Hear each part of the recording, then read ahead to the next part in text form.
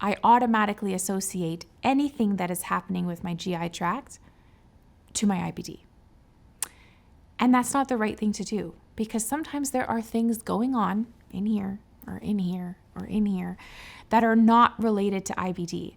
And that also could be hard. That could be hard for your healthcare team to manage. That can be hard to figure out. That could be hard for you to really, discover. For example, you can get food poisoning with IBD. You could have indigestion. You could have heartburn. You could have IBS. I have met folks who have inflammatory bowel disease and irritable bowel syndrome. So it's hard because when you get a diagnosis of IBD, you do, before you might have explained away your symptoms for something else, like I did when I was originally diagnosed, before I was diagnosed.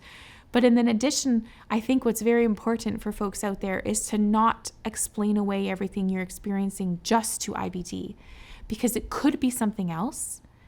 It could truly be something else that another treatment can help you with, and that you could need support for. I think it's just common and probably likely for somebody with IBD to experience these other symptoms independent of any inflammation, macroscopic or microscopically. You don't need to have damage in your or inflammation to experience them. Like the microbiome differences alone, people that have IBD are more likely to have dysbiosis, and that's going to have consequences like IBS. Everybody? No. But there are individuals that will probably experience that. And you don't want to blame everything on your IBD too. It's always a good idea to reach out to your doctor and say, this is something different. Let's figure out what it is. I was in an appointment. This is one of the reasons why I love my GI so much. I was in an appointment and he was saying, how are things and so forth. And I said, I think I might be in a little bit of a flare-up. Things have been off for the last week. And he turned to me and said, you do know people with IBD get food poisoning. They get the flu. I'm like, oh. And because he said that, it was like, oh, well, my husband hasn't been feeling well either. So we just were able to say, oh, okay, so that must be food poisoning. We've had a bout of it. But that's what I like about him. It's like, it's not always ulcerative colitis that's causing the problem. So don't be panicking about it. Even like being a woman and being on your period, what is a cramp and what is a intestinal pain? The relationship between IBS and IBD is really interesting, because people with IBD might experience symptoms consistent with IBS.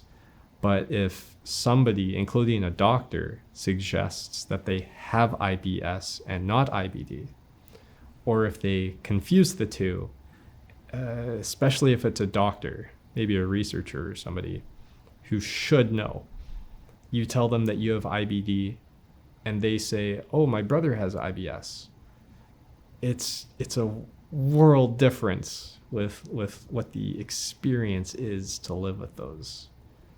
And to mix them up is, it hurts. Or it doesn't, and you just say they just don't know. If they had IBD, they would know.